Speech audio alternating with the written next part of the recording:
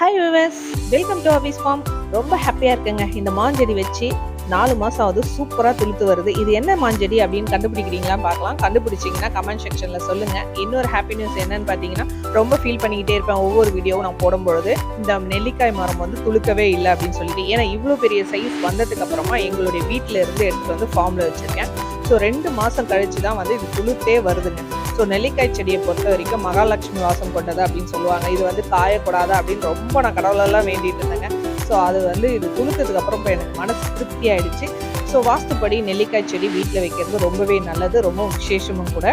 So இவ்வளோ பெரிய மரம் வச்சோம் துளுக்குமா அப்படின்ற ஒரு டவுட் இருக்கு உங்களுக்கு. டவுட்டே வேணாங்க, சூப்பராக துளுத்து வரும். நல்ல தண்ணி ஊற்றி பராமரிங்க, அது மட்டும் போதும். இன்னொரு மூலிகை செடி என்னன்னு பார்த்தீங்கன்னா, இது ஆல்ரெடி நான் ஷார்ட்ஸ் போட்டிருக்கேன், வேணுன்றவங்க செக் பண்ணி பாருங்க. எலும்பு முறிவுகளுக்கெல்லாம் வந்து இந்த இலை வந்து ரொம்ப யூஸ்ஃபுல்லாக இருக்கும். 2 இலை டெய்லி சாப்பிட்டாலே போதுங்க. கார்டனிங் டிப்ஸ் வேணுன்றவங்க கமெண்ட்ல சொல்லுங்க, நான் கண்டிப்பாக உங்களுக்கு ரிப்ளை பண்ணுறேன்.